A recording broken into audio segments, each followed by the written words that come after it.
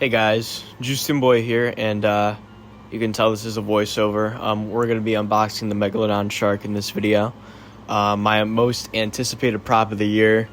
Ordered him on the drop August 4th. Came in, and this is me, just taking it out the box. I'm going to, zoom it up. But yeah, so as you can see, the parts, you could see it looks like we have everything, but I'll explain later why we just don't.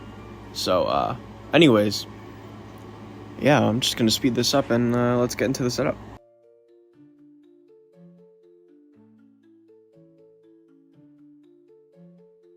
Here's a look at the head. This thing is insane. I mean, it's huge. The paint, I gotta say, is very nice. Oh, there it goes, falling over. But really, really cool. Like, this is insane in person.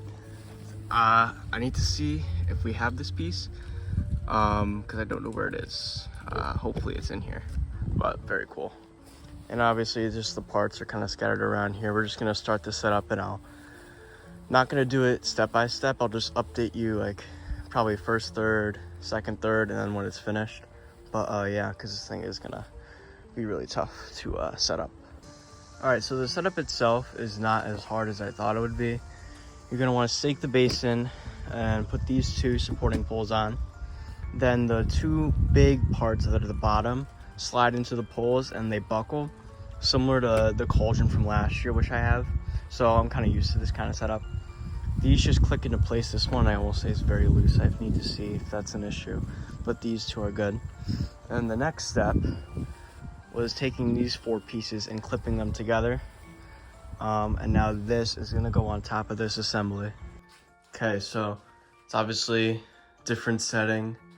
About, I'd say 3 or 4 days from the other recordings, but he was missing parts, so I had set him up and then taken him down.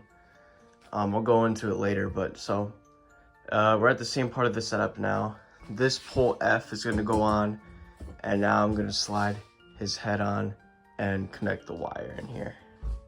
So now he is all finished, and I mean, this thing is just insane in person.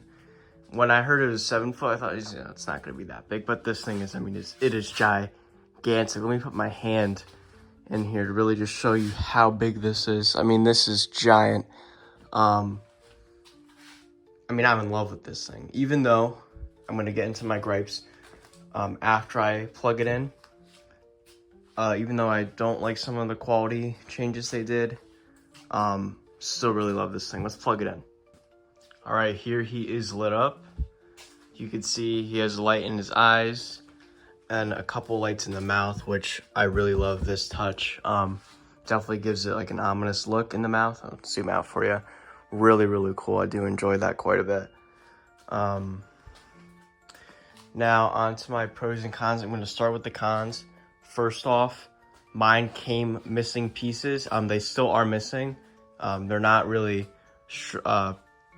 exterior things like a blow mold. It's interior. It's missing its adapter. I had to borrow this from another prop. It's missing the ground stakes.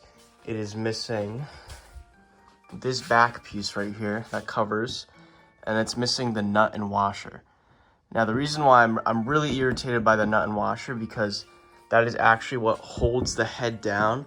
And so you can see without that part, the seam line is not that great. You can see it's supposed to hold it down like this, but the seam line is very visible without that part. So really hoping they're able to send me that part soon. I did inquire about that. They also did luckily give me a refund for that, so still pretty happy. The detail, it's a nice paint job, I gotta say. I actually really like the color they use for the blood. Mine has some scuffs here. You can't tell. Yeah, you can. Has some scuffs here. There's some seam issues here, but that's kind of my fault. You really need to set it up with 2 people so that it's like flawless without any seams, but I got a pretty good job on it. I mean, overall, despite the quality issues I have, like, this is definitely not just my favorite prop of this year, but probably the top like 3 props in my collection. I'd say I'm a huge fan of this thing. This thing is just like, it's just gonna be a showstopper for sure. I'm gonna have it next to Captain Cuts no display this year. I'm trying to get a good shot like that. Yeah, that's good.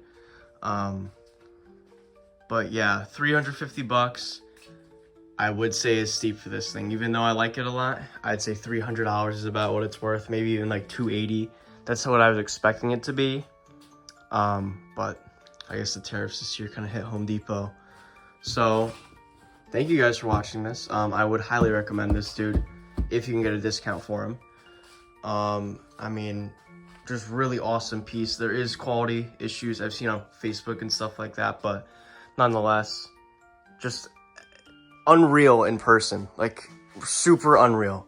So anyways, I gotta stop rambling. Thank you guys for watching. I'll see you in the next one.